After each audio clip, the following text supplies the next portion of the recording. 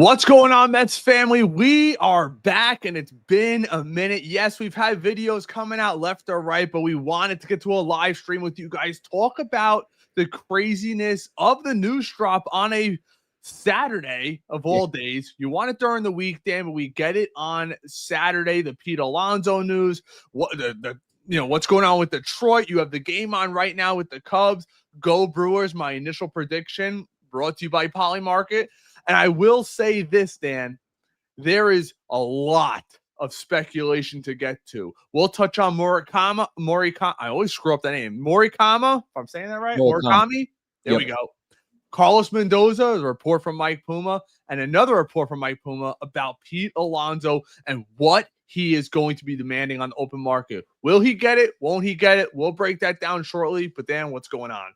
Hope everybody's doing well. You know, we've been getting through the rest of the baseball season. We've seen some really good games. The Yankees have been eliminated. I know that makes a lot of Mets fans happy, along with the Phillies. Orion Kirkring, what are you doing? That throw to the plate was just unbelievable to see that happen in real time. Pajes was halfway down the line, barely halfway, and couldn't even make that throw. Just so many emotions going through, but a lot of emotions for Phillies fans. Their season is over. Mets fans, we know our season has been over for a while. I think we're past that point of officially understanding, you know what, season wasn't what we expected it to be. But We're going to break down this offseason, a brand new season ahead, and getting ready for 2026. Absolutely. And you know what? Look, I am a master troll, I like to say sometimes. My inbox is always filled with Yankee fans and Philly fans and sometimes Braves fans who want to come out and troll us, but there's nothing better. What was it, that 50-cent throw years ago, Dan, when he was throwing out the first pitch? I'm going to create a collage when we're done with this, and I'm going to put it side by side, and you guys could tell me which throw was worse. I mean, Dan, does it get any worse than that? The Philly fan meltdown, the WFAN of Philly, listening to these people cry and complain. And it's funny because when it was happening to us and we were bringing it up, nobody cared. But now it's happening to them. Couldn't happen to a better fan base. That's what I have to say about that. Next, one thing I got to say that not a lot of people are talking about, and I know it's a little bit of a side note out of left field, and I keep thinking about it. I am so excited for next year and the ABS system, Dan. Like, I think about our current team as it stands without Pete Alonso, guys who we have coming through the system, like a Jet Williams with a great eye, Juan Soto with a good eye, Lindor with a good eye, a lot of guys on our team that we have. And I think some of the guys that we'll be adding, maybe, just maybe, there'll be a bigger emphasis this offseason on guys with good eyes and higher on base, because those close pitches, Dan, are not going to be strikes anymore, at least with the new challenge system. Also, another thing that I'm excited about, Alvy's experience with this system is supposedly one of the better catchers at calling those balls and strikes, with the system. And there's a lot of decisions that are going to have to be made on this team. What are we going to do at catcher? What's happening with Pete Alonso? And now we also have that report that we never went over, Dan, about Jeff McNeil, who's been saying this for so long that, and I don't want to say who we had on the program recently, but I was told, I heard, he's well liked throughout the organization. And I said, absolutely not. I know for a fact over the last 2 years, the Mets have been listening in on offers on Jeff McNeil. And now I believe they're going to be more aggressive in trying to move him, as he does have value. They showed his versatility this season, Dan, and he's got a team-friendly contract to a team that may not, have a great budget per se. So that $15 million next year with a club option after that could be really enticing to a lot of teams. There's a ton of news to get to in regard to this, but let's start out with Pete Alonso really quickly. SNY had an article over there reported by your colleague over there at the New York Post. Pete Alonso expected to seek a 7-year deal in free agency, as reports suggest. This is Robert Sanchez over at SNY reporting this. But he's going to touch on Mike Puma and give credit there. But he also lists a couple other names to listen to. With Pete Alonso expected to opt out of his contract this season that he signed with the New York Mets last offseason, first baseman will reportedly be seeking a new contract of at least 7 years during free agency, per Mike Puma of the New York Post. After a great bounce-back season for the slugger, in which he 272, 347, 524, .524, 38 homers, 126 RBIs in 162 games as Pete played in every single game. Alonso is hoping to turn out into a long-term contract in the same one that he was seeking last offseason. Now, we could touch on that in a second, Dan, but here's where it gets a little interesting. A 7-year contract would be consistent with Alonso's agent, Scott Boras, was able to complete for other clients of the same age. That's where they're getting that from. Remember last year, guys, it was the Prince Fielders of the world that were being mentioned with Pete Alonso in that contract, but obviously that didn't come to fruition. Clients names such as third baseman Matt Chapman and shortstop Marcus Semien in recent seasons. However, Chapman and Semien play more valuable positions than Alonso. And what was a long and difficult offseason last season, the slugger Alonso, 788 OPS in 2024. You get the gist there. I don't need to go any further than that. But I thought it was very interesting him bringing up those names because Pete Alonso's a better player than Matt Chapman. Yeah, Chapman's got the platinum. He's a great glove. But offensively, Pete's better than both of those players. And I know he doesn't play a premium position, but one thing that Alonso hasn't showed, no signs of slowing down. Now, here's the argument, Dan. This is what I posed to you guys in the chat. Make sure you guys give us a thumbs up. It's been a minute, I know. Subscribe if it's your first time here. With Pete Alonso, you listen to SNY, Dan, Sal Licata, John Harper, who we just had on the show. They both say the same thing. They're not extending Alonso unless he's going to accept pretty much a part-time DH role starting next season because the throwing is an issue, the range is an issue, and that's something that these guys keep bringing up. And from my perspective, Dan, if you're not willing to give out a 7-year contract last year, or dare I say 8 or 9 as they wanted with Prince Fielder, why a year later at 31 with David Stearns, we got to remember who the GM is here, why would he all of a sudden pivot who he is and give Alonso the money that he's so-called demanding? It's interesting, right? I think this Matt Chapman stuff, I mean, you just look at the facts and figures. He signs a 3-year, $54 million deal with an opt-out before the 2024 season. So similar to Pete in the sense the Mets gave him that 3-year for 78. He ended up not taking it. He went for the 2 with the $54 million, opted out of the $24 million for next season. I mean, then he goes and signs a 6-year, $151. They're not comparable players. The same way with Marcus Semien was thrown into the boat as well. They're not. I mean, they're just play completely different positions and they bring completely different skill sets to the table. But you have to think about the numbers, right? And I do think it's important. When you're looking at Pete, I mean, we could really dive into the facts and figures. I just want to stay with the years for a second. 7 years. I mean, Chapman gets 6. These are the kinds of prices that Scott Boras, in terms of length of contract, he wants to get for his clients. And Scott Boras, let's be honest, he's one of the best, actually the best agent in sports in what he's able to do for his clients. There's not a lot of guys who take less money, specifically with Boras being the agent representing them. The only one that comes to mind is Jose Altuve. But other than that, I mean, guys normally don't take less money to come back to the team. Pete wants the security of the years. That's very important.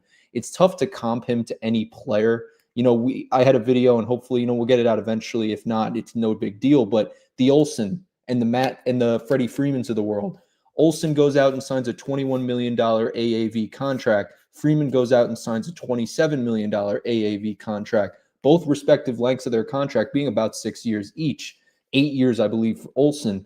That's important. Like, I think Pete is looking, again, he wants to retire with whatever team he signs for. This is a legacy contract. He's in the second half of his career. He wants to be able to settle down. We just heard news this week. Congratulations to Haley and Pete Alonso having the birth of their first son. That's really, you know, when you think about the whole family aspect, we never think about the family. That's important. I mean, Pete's looking to raise his child in a city with security, with benefits, with money, and with that lifetime contract moving forward. It's going to be really difficult. We'll get into the financials of what it brings to the table, but in terms of the years, if he's really looking for 7 years, I just don't see the Mets being able to dole that out to Pete Alonso unless there's another suitor that comes into play. You know, you're looking at the Red Sox, you're looking at the Phillies, the Blue Jays, the Mariners. Any of these teams could be in play for Pete. The Nationals, don't sleep on them. They're my dark horse.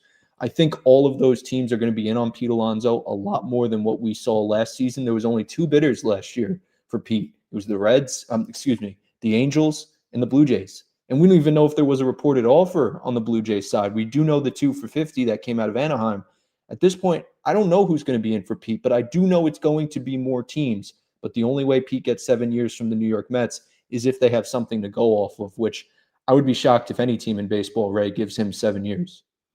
Yeah, so I'm guessing it's probably 7 years, 200, right around $28.5 million a season. But you also got to take that into consideration too. Look at what the AAVs are of the other players. Now, the argument is to be made, Freeman is older than Pete, but the offensive production, who would you rather prefer? And especially the glove. I mean, Freeman's a pretty damn good glove over there at first base. So that's what you're struggling with. And I think now that we are officially in our off season, I think we need to watch. A lot of people say, well, the money doesn't matter. It's really about the years. I think the money does matter because just like we talked with Joe DeMayo the other day, or yesterday, excuse me, which is out, he said he thinks Pete's going to get a 4-year deal from the Mets. He doesn't see the Mets going beyond 4 years. Pete's asking for almost double that. And now when you're talking about adding other players to this team, say we have a payroll. Say Steve Cohen wants to cut payroll by $30 million. That's going to be an issue. And I'm not sure if he wants to or doesn't want to, but there's a lot of needs on this team. You're talking about signing a front-end pitcher, potentially Michael King. If Michael King gets $25 million a year, you got to still fit Pete in there. And a lot of people are going to say, well, Ray, Marte's coming off the books. Yeah, well, you still have to fill out this roster. You have no outfield. Think about it. Series in AAA. Winker is gone. Marte is gone. I mean, this entire bench needs to be remade. Are you comfortable going into the next year with Luis Angel Acuna as a bench player? Or even Ronnie Mauricio? The answer is no. The bullpen, Helsley, gone. What are you going to get out of Minter? Who knows? The guy's being paid a lot of money. Who knows what we're going to get? Diaz, free agent. Might need to give him an upgrade there. Castillo, free agent. I mean, literally everybody. Rogers, free agent. Reed Garrett, injured, done for the season. You look at this bullpen, it's right now as it stands, it's Oscar Brazaban and Drew Smith, who we have no idea what we're gonna get out of him. There's many moving parts, Dan. There are. Alzolay in the mix too for that bullpen, but there's not many pieces, that are sure things coming back. Quickly on Siri, I found this out the other day. I was actually blown away. He elected free agency, so he's not even a Met right now. He was outrighted through AAA, got able to come back through waivers. I didn't realize that because of all the heat of the moment towards the end of the year. You get lost in some of this stuff.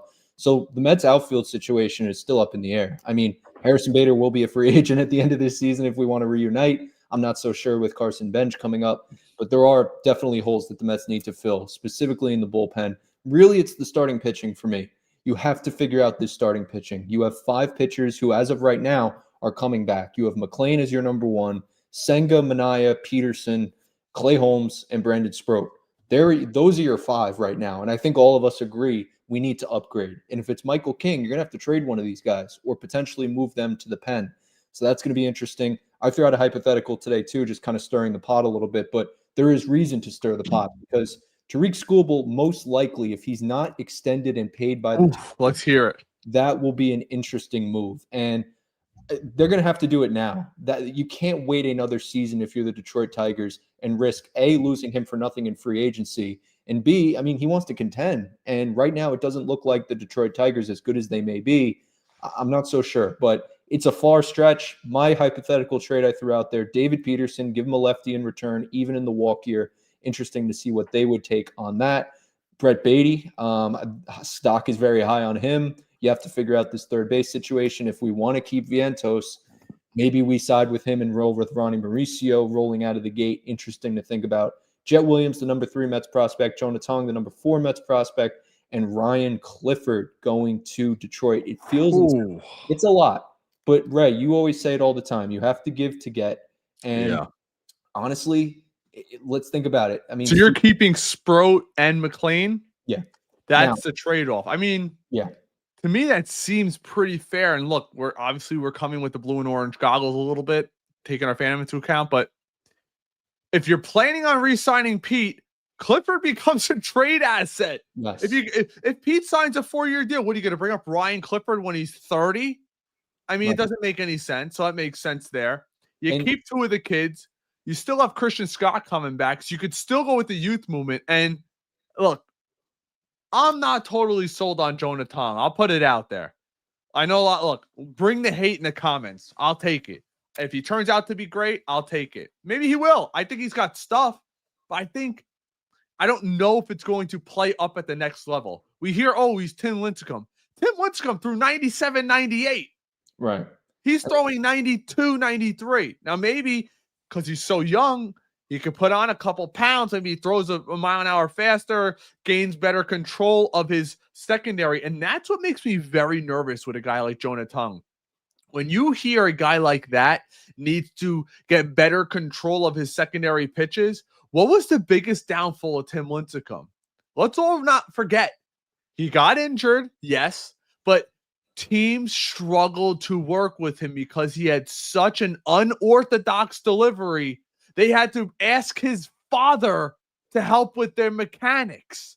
I mean, it's not normal, his mechanics. So he had to, I'll never forget, we had Tim Lincecum. He's watching his own rookie film, trying to remember, when I come over the top, where's my arm angle? Where's my release? How am I holding a ball? Where am I gripping? Am I pulling down? Am I getting under? Am I getting over? Am I throwing it? There's a lot that goes into that. It's tough to have a repeated delivery like that. Now, obviously, it kind of throws hitters off because it's all arms, legs, then it's coming over the top, unorthodox, but it's easy to be unorthodox and throw 97, 98 and blow it by guys. Tong wasn't necessarily doing that. I still think he has the potential to be an ace because his stuff is so raw. I'm not saying he doesn't, but that also might be 3 years down the line. I don't expect Jonah Tong to come out of spring training next year, Dan, and all of a sudden he's throwing 97, 98 every pitch, and he's dominating the way Nolan McLean does. Remember, Tong was 21? About to turn 22 or just turned 22? Nolan McLean's 24. Brandon Sproat's 25. These guys are way more mature and ready to go now. Christian Scott's 26? He'll be 27 next year because he missed a year with Tommy John. You have Jonathan Santucci. You have other pitching prospects. If you add a guy like Tariq Skubal, there wouldn't be room for a guy like Jonah Tong. And yes, there's going to be injuries. But if you had Skubal, McLean, you just need Mania to hit or Sproat to hit or one of these other guys to hit. Dare I say Clay Holmes gets a little better? Everyone's kind of like iffy on Clay Holmes. He had a 3.5 ERA. He hasn't started since, his first year in Pittsburgh. That's great. He had a great year last year, Clay Holmes. No one could tell you, for a guy who's being paid like a fifth starter, he had a great season. And let's not forget this too. Montas going to be out next year, so that money's going to come off the book. So I wouldn't be surprised, and this is from talking to some people, I want to say around the league, they're probably closer to the Mets. They wouldn't be surprised if the Mets take that big swing, just like Joe DeMayo said yesterday. And you think Joe ain't plugged? I mean, the guy works for SNY for crying out loud. But he said he's waiting for David Stearns' Christian Yelich moment with the Mets, the big trade. Yep. So he's like, maybe it's Tariq Skubal, and then they go out and sign a Dylan Cease and think their pitching lab can make him just a little better. I mean, Skubal's not making really any money, but he had to be willing to sign. That's another thing. You could get a guy on a 1-year contract. I am not making that trade, Dan, unless it comes with an extension. You can't give up the entire farm, 3 or top 5 prospects, and a major leaguer. I mean, Brett Beatty has a ton of value right now. Ton of value. Yep. I think your trade might actually be over the top, but I understand the rest of MLB is going to get involved. But Brett Beatty, Jonah Tong, Ryan Clifford, and Jet Williams, I think you could probably take out either Jet or Clifford, preferably Jet in my view, because I think we're going to sign Pete long term, even though I do think Jet's got a lot of value. But what Ryan Clifford did last year, his power, raw power at 22 years old in the minor leagues, turned a lot of scouts' heads. And I wouldn't be surprised if he's gaining momentum where people want to pursue him. And if you bring back Pete, I mean, another thing we haven't discussed, Dan, is this team going to attack a full-time center fielder this offseason? Or are they going to do the plug and play again? Are we going to do the Jose Siri, the Tyron Taylor, all of these guys who stink? I don't want to do that again. I simply don't want to do that again. They got to get a guy in here that could hit and play. Harrison Bader would be a perfect fit for me. I'm not so sure where the Mets are, but he's another guy. Do you expect him to come in here and be great? He had a great second half with Philly, but he's never done that in his career. So at 31 years old, all of a sudden he's going to do that at 30 years old. I am not sold. But I like that trade that you had. I think you could subtract one of those back end guys. Yeah, I mean, it's interesting. I'm tired of people saying, we're not giving up enough.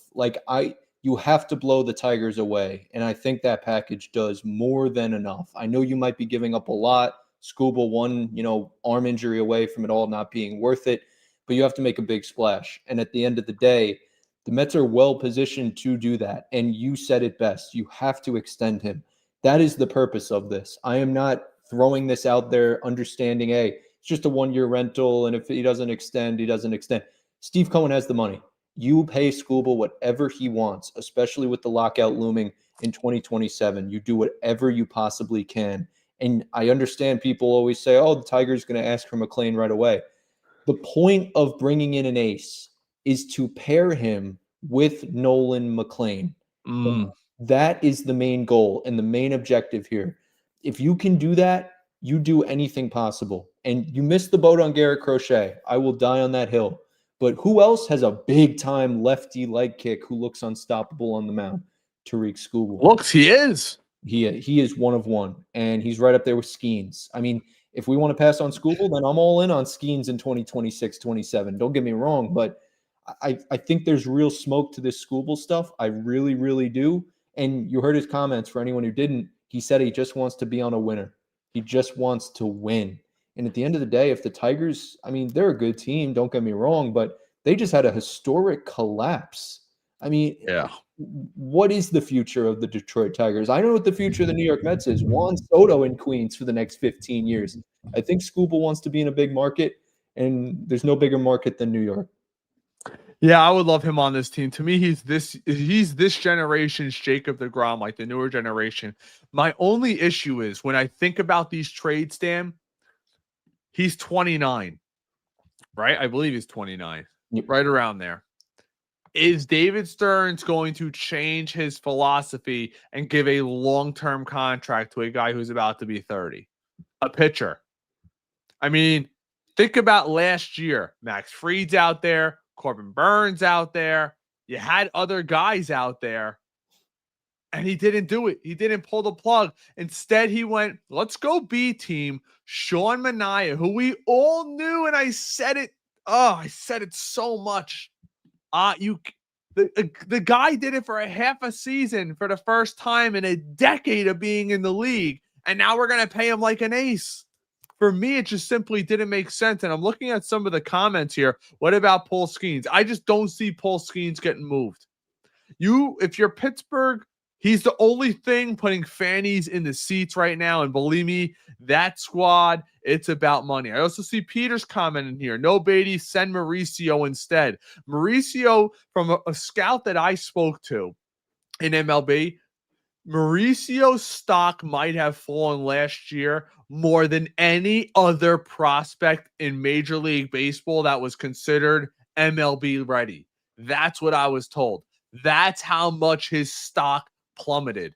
And a big reason why that they cited to me, and something that we've gone over on this program countless times, is his speed. He is in the bottom 15 percentile in speed for a guy who's supposed to be a 30-30 threat. And also, let's be honest, his defense ain't that great at third base. Does he have raw tools? Of course he does. But Ronnie Mauricio, how old is he now? What is he, 20? Ronnie Mauricio's will be 25 in April. So it's his age 25. At 25 years old, if you came up a shortstop and they've had you playing third base, you should be able to do it. And he can't. It just is what it is. I know a lot of people are going to say, Ray, you're nuts, because we all have the blue and orange goggles. I try to call it how I see it. Mauricio, That's why we always say prospects are what? Suspects every time, because Mauricio gets hurt and he's never been the same. Let's not forget that surgery was 2 years ago. Wasn't last year, it's 2 years ago in Arizona fall ball. Ronnie Mauricio missed all of 2024 and came back in 25. So he had, 16 months to recover. He played again in fall ball. He played spring training. He was all set to go. So I don't want to hear he's working his way back. It's another year. It's a knee. He lost speed. I think Mauricio's got to shed a few pounds, get lighter on his feet. And I'm not saying you give up on the guy, but I'm not trading him, because I don't like trading guys at their lowest value. That's why I know a lot of people will tell us in our mailbag that, Ray, I don't want to trade Jeff McNeil. He was one of the more consistent guys. You got to trade guys that have value. It's so simple to sit here and say, trade Jose Siri, trade Tyron Taylor, trade, the backup catcher, trade Acuna. That's a new thing. Everybody wants to trade Acuna. You think other teams don't watch the Mets tape?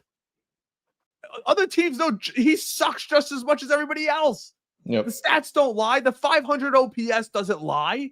It's the same thing with Mauricio. They got to go back and rebuild. If I were to have told you last year, Dan, trade Brett Beatty, which I didn't, and in the spring training on this very podcast, I said my breakout player for this season was Brett Beatty, and I think it's fair to say he had a breakout season. Wasn't great, but it was way past people's expectations. But a lot of people were calling for him to be traded last year when he had no value. Now think about his value. That's what you have to look forward to with Ronnie Mauricio. Hope those raw tools turn into something, but now he's been exposed to major league pitching. And we always talk about this. A lot of people scream, like myself, why isn't Jet Williams up here? Why isn't Carson Bench up here? Why aren't all these guys up here? Because once you bring them to the major league level, and if they get exposed, their stock goes in the toilet. And if you're trying to make a big move, you might need those pieces, and you don't want them to be, to have low stock. That's how I look at it.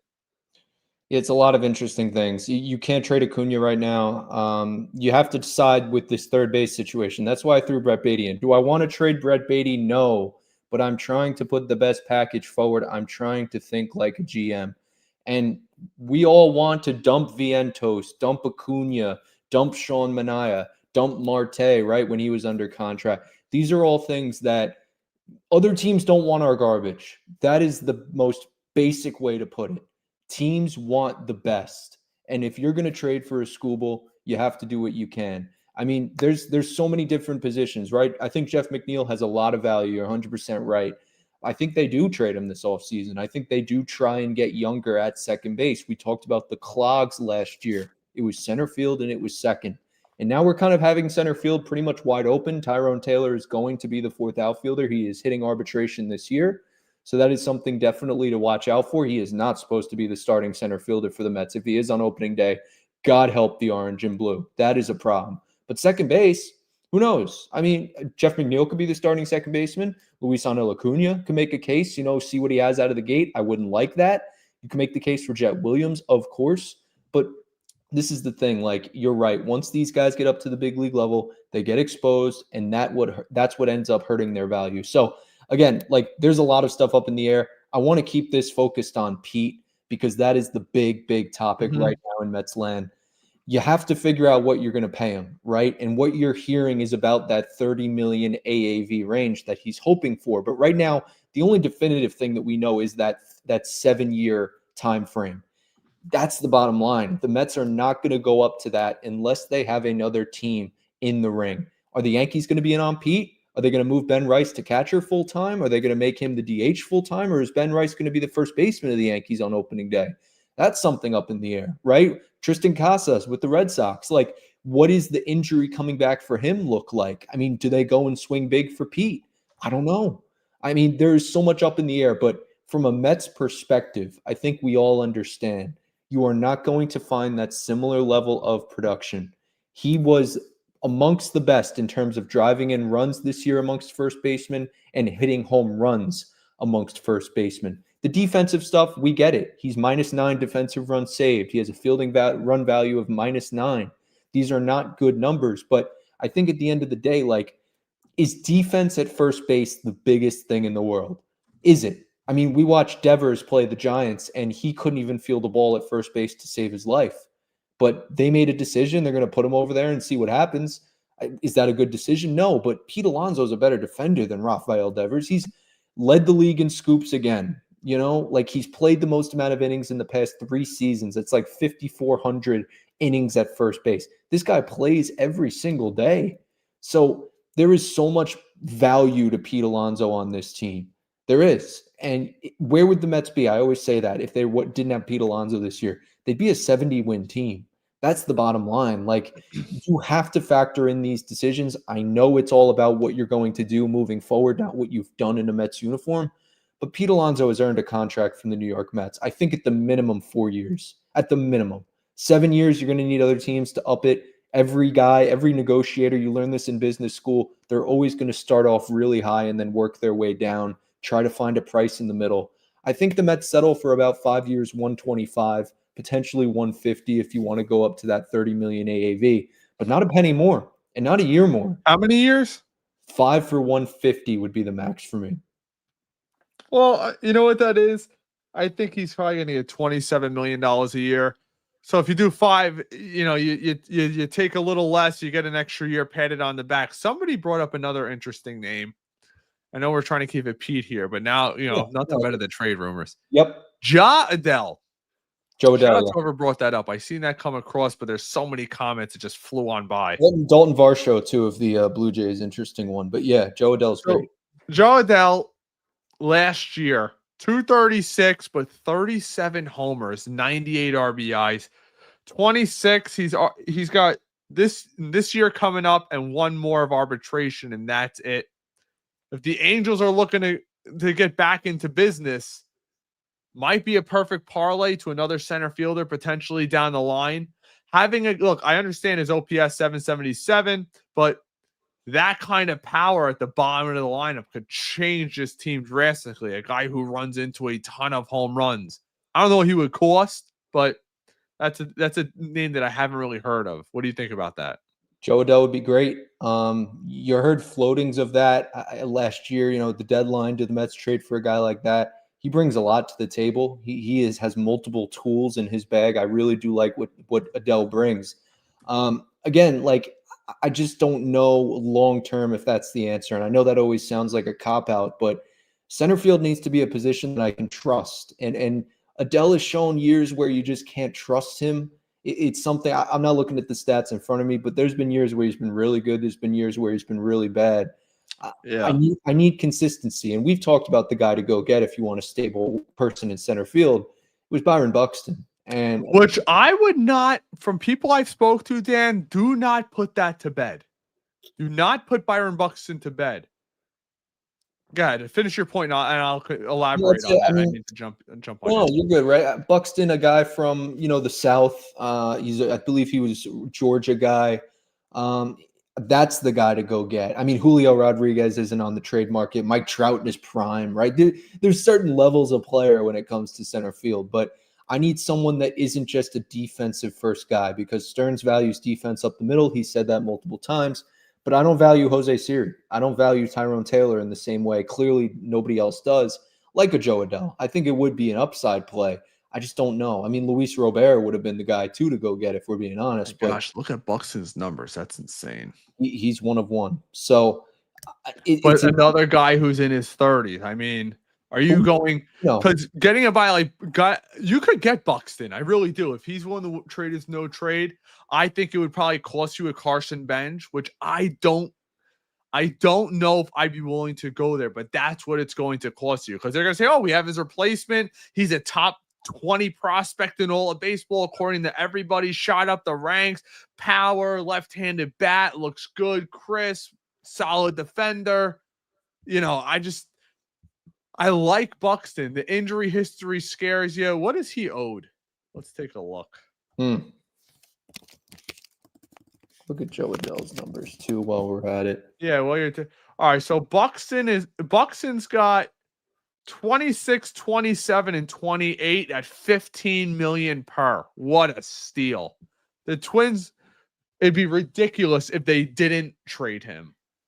I mean, he's got the no trade, so he obviously could deny it. But when you look at a guy of that caliber, it's a damn good player out there. And yeah, he is. He is. And with Joe Adell too, he's dealt with a lot of health injuries too. That's something obviously to factor in, hamstrings and things of that nature, obliques. And you're talking about a guy who's supposed to be on his feet, the best runner on the field. That's something definitely concerning. But his trajectory has been up the past 2 years. I mean, he's hit, let's just talk numbers power-wise, 20 home runs last year, 37 this year. He goes from a 207 batting average to a big jump to 236. The OPS, 682 to a 778. OPS plus finally gets above 100. It went from a 90 to a 111. So I think you're looking at potentially, buying, the rise on a guy like Adell, which might cost a little much if you're talking about Artie Moreno and what, the Angels clearly don't like Steve Cohen. Most executives don't, unfortunately. The Angels of all teams really despise New York. So I would be interested in Adell. I would. I just don't know if that's the answer long term, because any of these guys that we bring in, Carson Benj is right behind him, and I think he's better than them all. So you need like a stopgap. That's the best way to put it. You need someone who, like a Dalton Varsho, I could see playing, and then splitting time at the end of the year with a Carson Benj, or if you want to ride the full season with Varsho, and then you officially give the reins to Benj in 2027. But you can't have someone here like an Adell who would be here. He's only 26. He's going to be 27. I mean, he wants to play for 4 or 5 years, I would imagine, in center field. So it's like first base. Like, you don't want to clog anybody. I know Pete Alonso is the clog, but he's worth clogging up a guy like Ryan Clifford, versus the other way around, where it's like, is it worth bringing a Joe Adell or any of these guys not named Byron Buxton, even a Harrison Bader? He would be an interesting stopgap. But yeah, but he should be a fourth outfielder, Bader. I mean, it's just right. another fourth outfielder. Right. 100%. That's one thing that annoys us as Mets fans, and annoys the hell out of me. Think about this. Sean Manaea, career fit starter, long-term deal. Griffin Canning, career fit starter, comes to the Mets. David Peterson, career outside of last year, third, maybe fourth starter. We pencil him in as number 2. Tyler McGill, career fifth or sixth starter. He's here. Paul Blackburn, career fifth starter. He's here. Frankie Montas, career fifth starter. And yes, he's a career fifth starter. The stats back it up. When you have a career ERA of 5, you're a fifth starter. I'm so tired of the middle end crap. And I know we checked in on Dylan Cease last year, Dan. And I like that he throws 98, but he can't get anyone out. Plain and simple. I'm so tired of the mediocrity. Get me Scooble. What propelled the Yankees into the postseason this year? Max Fried. Yeah, did he have a catastrophic last start? Yeah. But you know what? Without him, they're not there. They're not there. You want to give me permanence? Permanence on this team? Let's go to the Bronx. Get me Cody Bellinger. He can play right field. He can play left field. Play center field. You can play first. You could get him on this team, Dan, and still have these prospects. Only cost you money. You could still bring back Pete. Stick him in center field. Oh, you want to give Nimmo time off and Benj is coming up? All of a sudden, congratulations, Nimmo. You're the fourth outfielder / full-time DH. It's going to make that 5-year contract last a little bit longer. That's how I look at that. But that starts with Pete Alonso not getting more than a 3 or 4 year deal. You cannot give Pete 5 years, in my opinion. I know a lot of you guys differ, but me, you can't. And a lot of people say, well, Ray, it's not my money. It's not your money. Who cares? First of all, season ticket prices go up. Parking goes up. Everything goes up. So it is related to us. The Mets drastically raised prices, but that's besides the point. I don't want Pete when he's 34, 35, or 36, strictly as a DH. He's not Kyle Schwarber. That's how I look at that. I hear you. I want to tell you right now, Dan, take your goggles off. They're off. Put them down. They're off. Option A, sign Pete Alonso to a 6-year, $177 million contract, about $29 million a year, Met for life.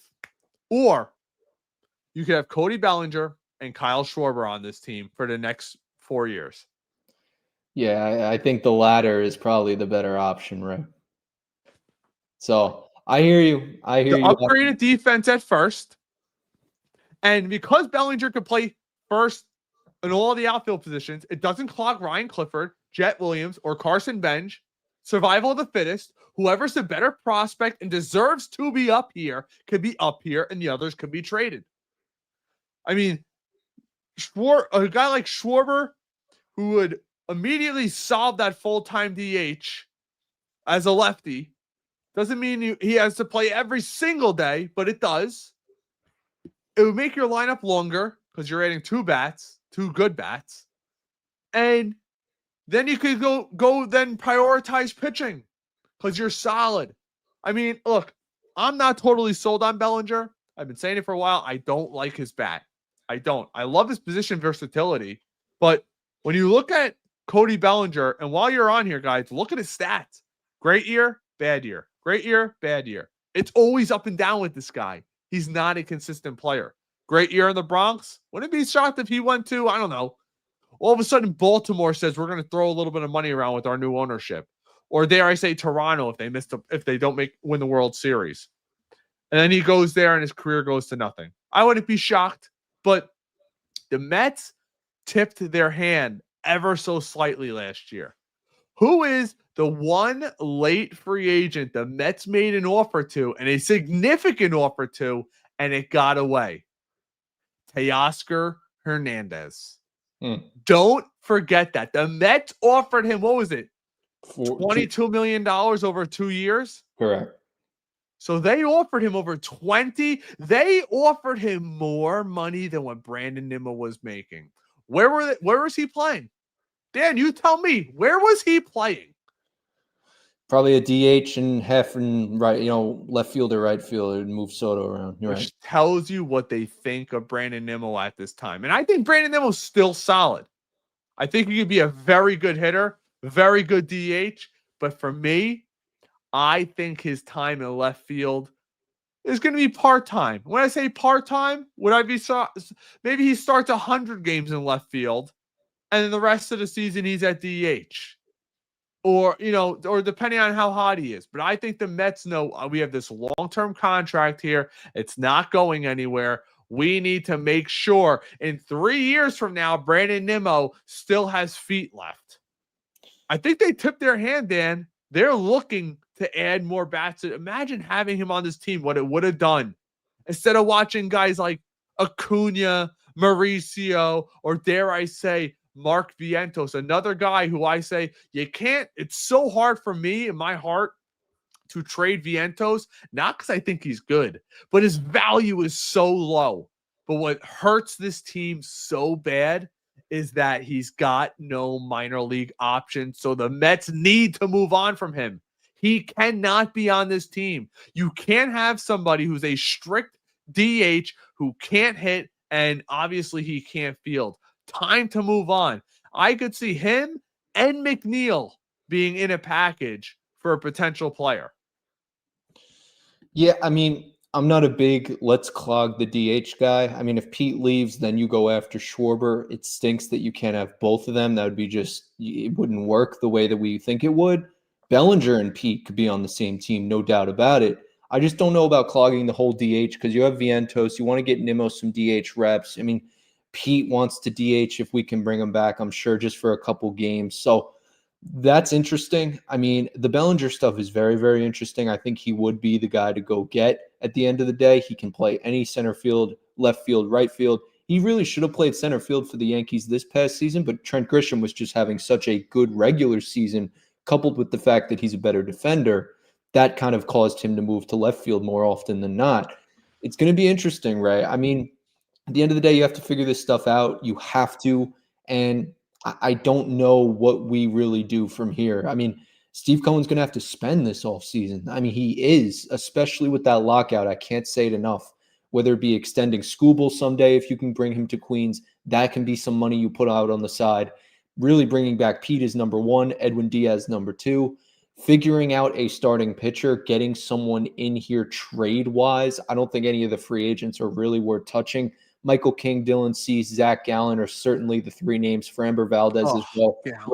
Ranger Suarez. these are not great arms. I would take my chances on a Manaea Senga, as crazy as that sounds, than giving a Ranger Suarez 6 years, 150. I agree.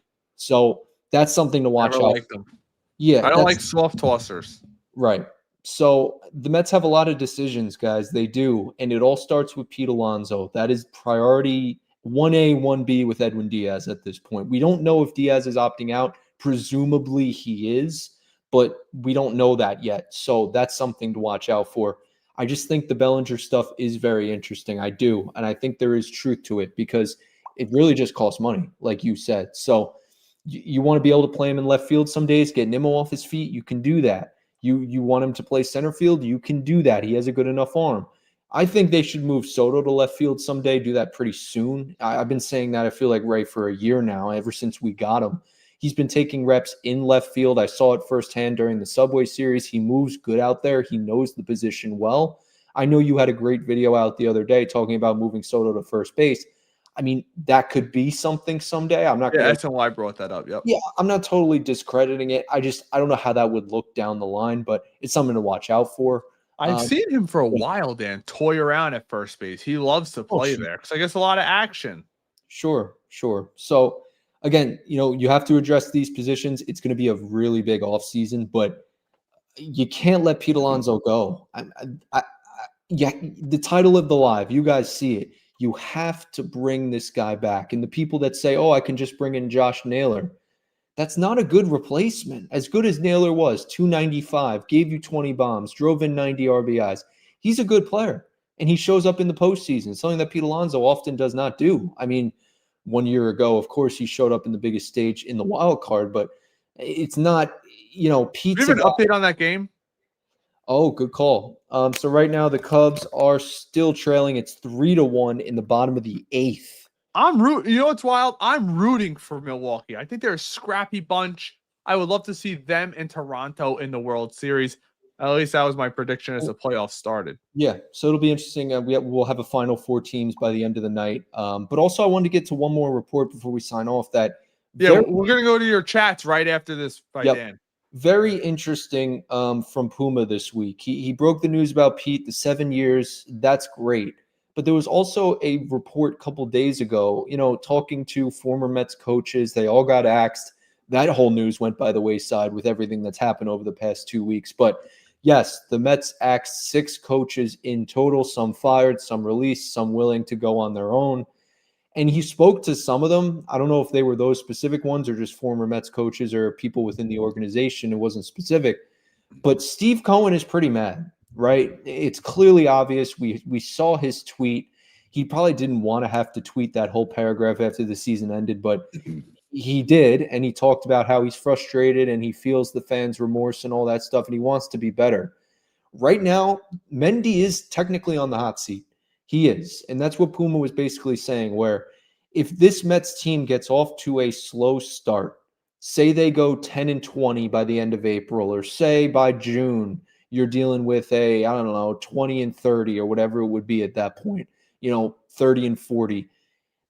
He probably is gone. We're looking at a Willie Randolph 2007 situation where he's brought back after the collapse in 2007, fired in the middle of June on that West Coast trip in 2008. That could be a very similar situation with Mendy. Do I agree with that? No. I think Mendy's done enough to keep his job at least for the full season. But the fact that we're hearing that there's pressure, and the fact that we're hearing that we're going to bring in a whole new coaching staff under Mendy just to release him, a couple of weeks or a month or two into the season, I have a hard time believing that.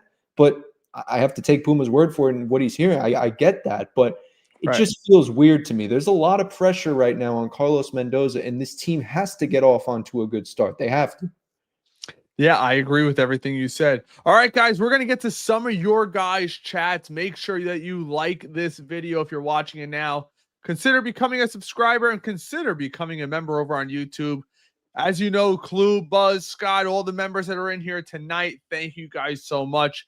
You help power this channel through. Help us get guests like Joe DeMayo. And yes, guys, today, speaking of Mike Puma, he will be on right after the season ends. So look forward to that.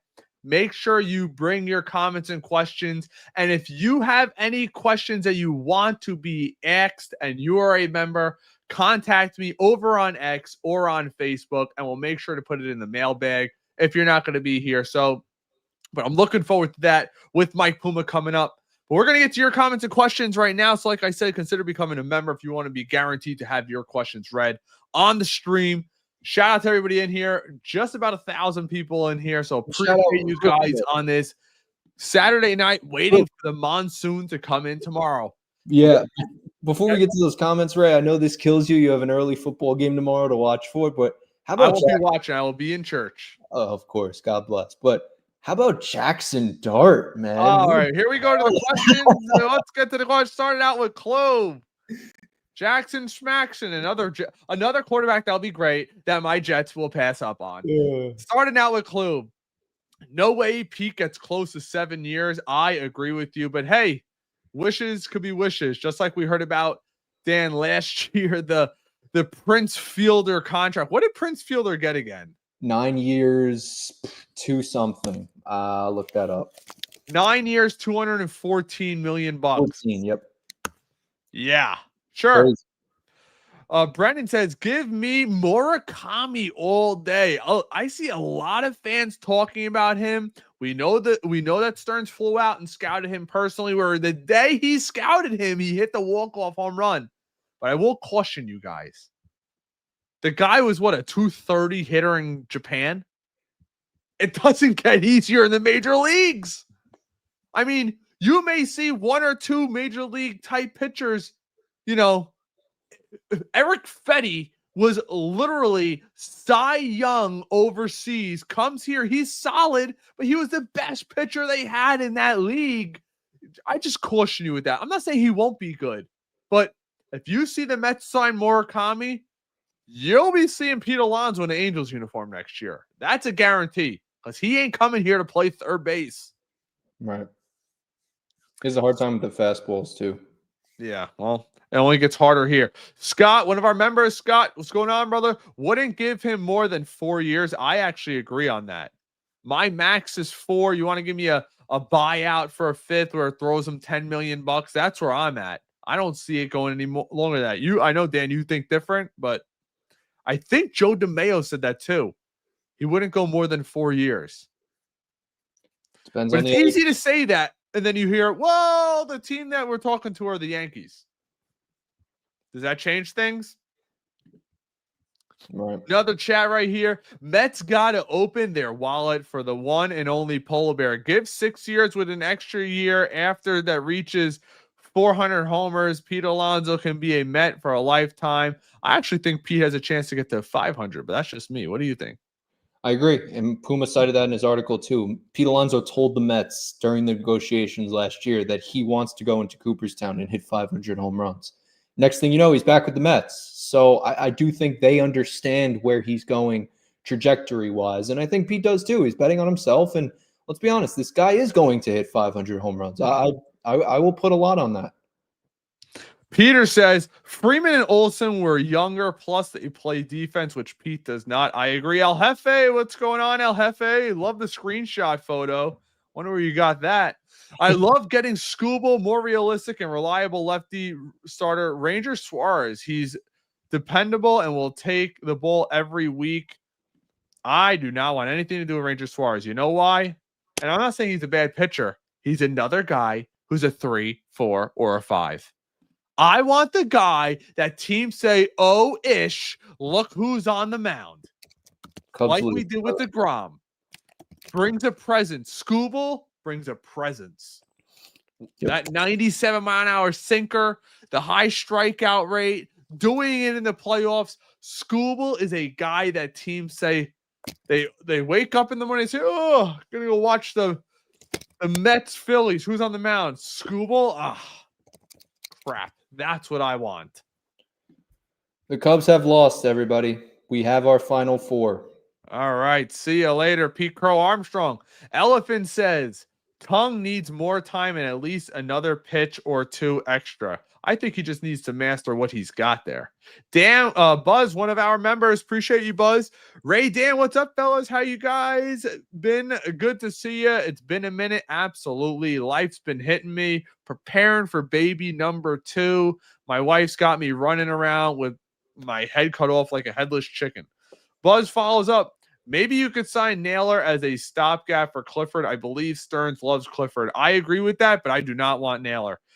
Enough with the stopgap stuff. Time to win a World Series. I agree. Don says, Alonso's defense is not a problem. Fix his throwing, which is not a big fix. Sign Schwarber for 5, Alonso for 7, and Kyle's gone.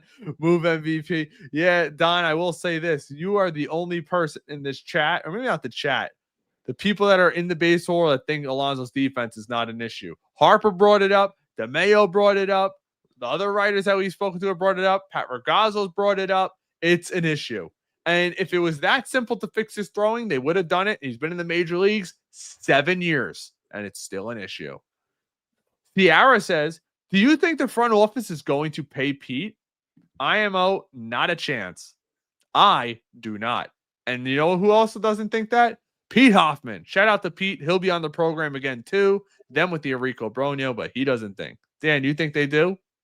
I think they do. I mean, again, who are you replacing Pete with? That's number one. And two, I think he's done enough to deserve a contract. This guy bet on himself again. He had the best statistical season of his effing career. I'm not going to curse, but I almost did. Let's be honest. Like, I think Pete has deserved at least what you're saying, a 4-year deal, at the least.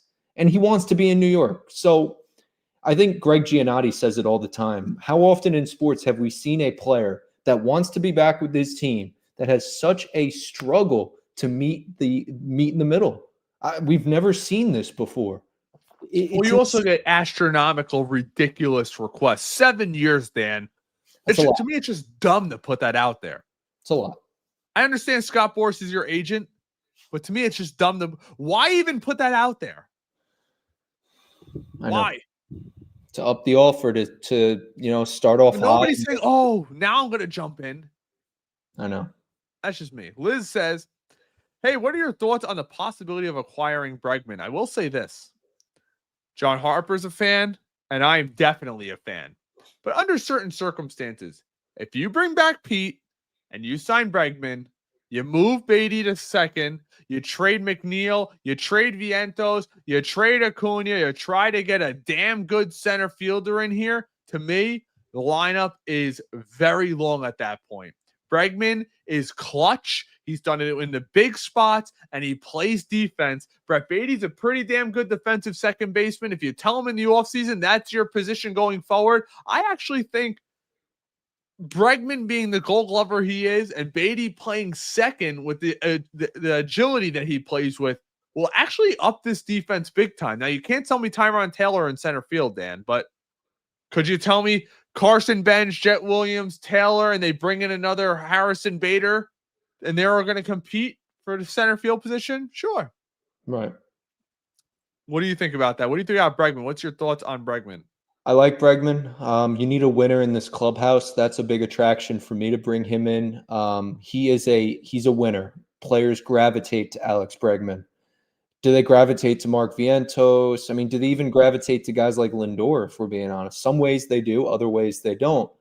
I would be very interested in Alex Bregman. I just don't know. The Mets passed on him the first time around. I don't think they'd be in on him again.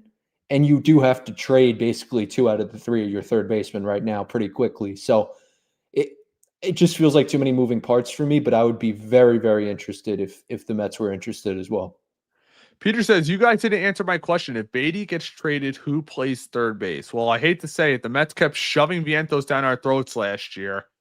I don't know. They tried Acuna there last year. Potentially, don't mark it off. The Mets have played Jeff McNeil at third base in the past. Don't forget outside options. And we know the Mets love the raw tools of Ronnie Mauricio. Despite him having a down year, those are all options right there. And an outside option as well. We bring up Alex Bregman, but there's other third basemen that are going to be free agents and that are going to be moved.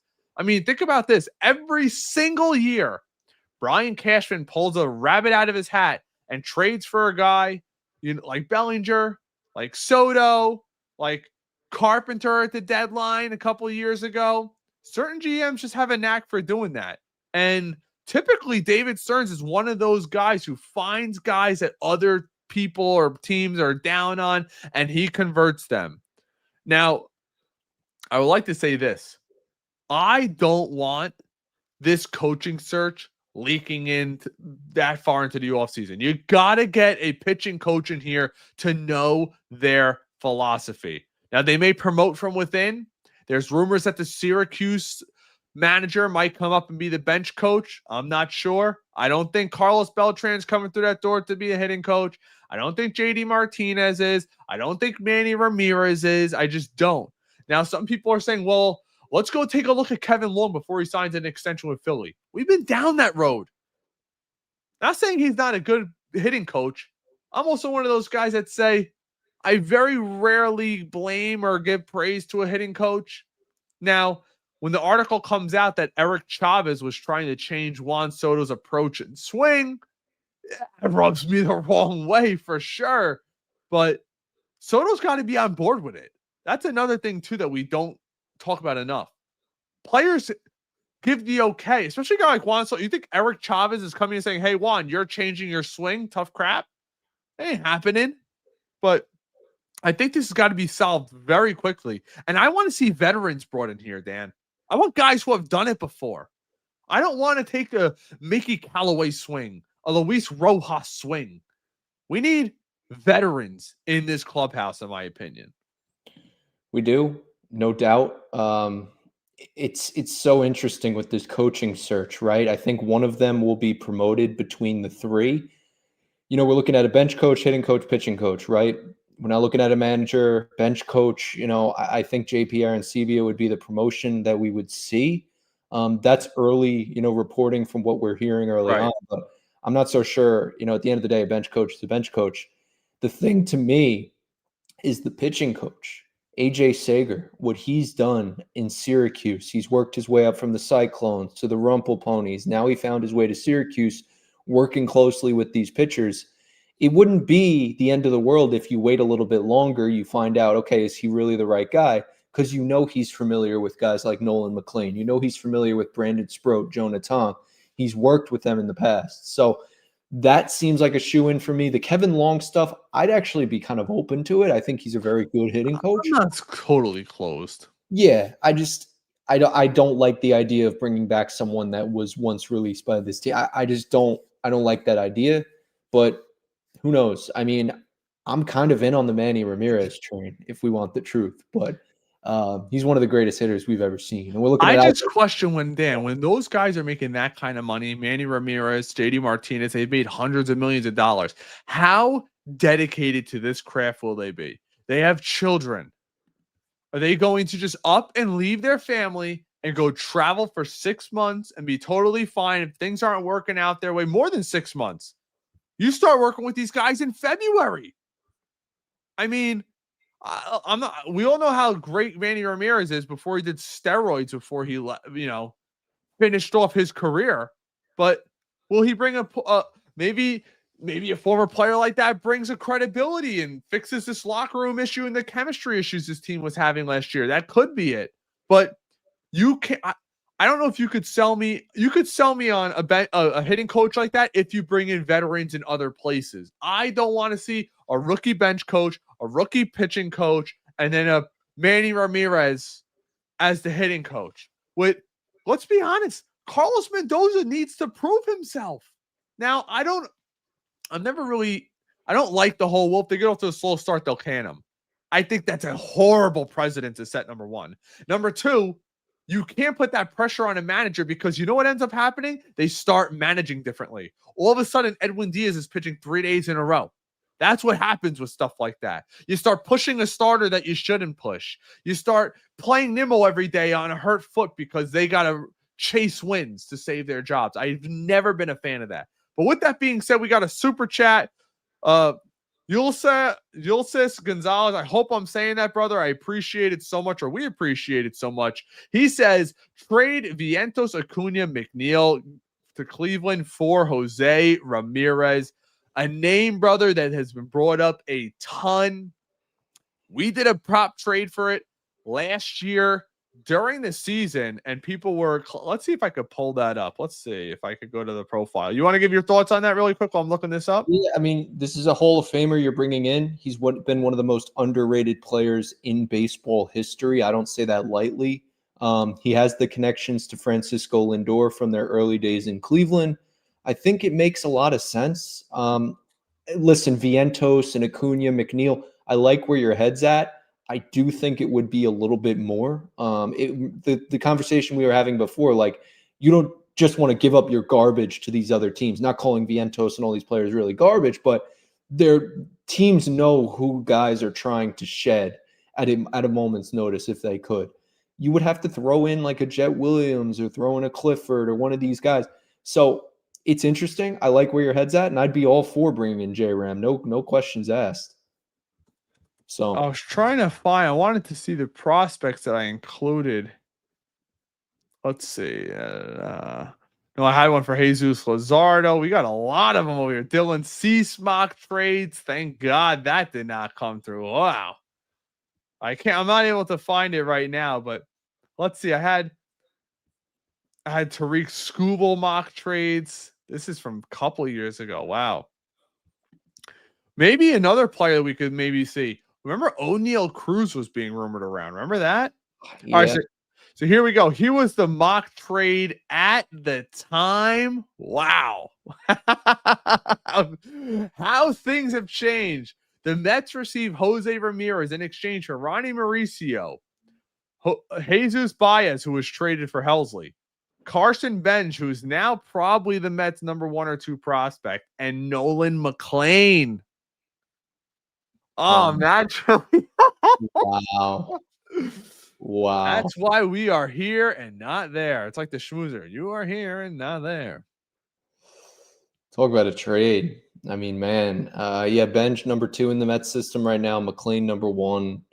Absolutely. Crazy. All right, guys, that's where we're going to finish it. Make sure like and subscribe. Do us that favor. Consider becoming a member. We'll be having more lives, not as frequently as the post games. That was every single day. We'll try to do at least one a week. We'll be having other content coming out. Check out my interview with Joe DeMeo I did yesterday. Great interview if you missed it. We have other stuff coming up as well. If any news breaks, we'll be the first ones to bring it to you, and bring it to you honestly with the Mets Honest Take. We are one of the only Mets podcasts that I could find out there that will bring you the honest take. We turn away the sponsors. We turn away the people who want to tell us what to think and how to think it, to give you guys the most up-to-date and honest takes on the New York Mets.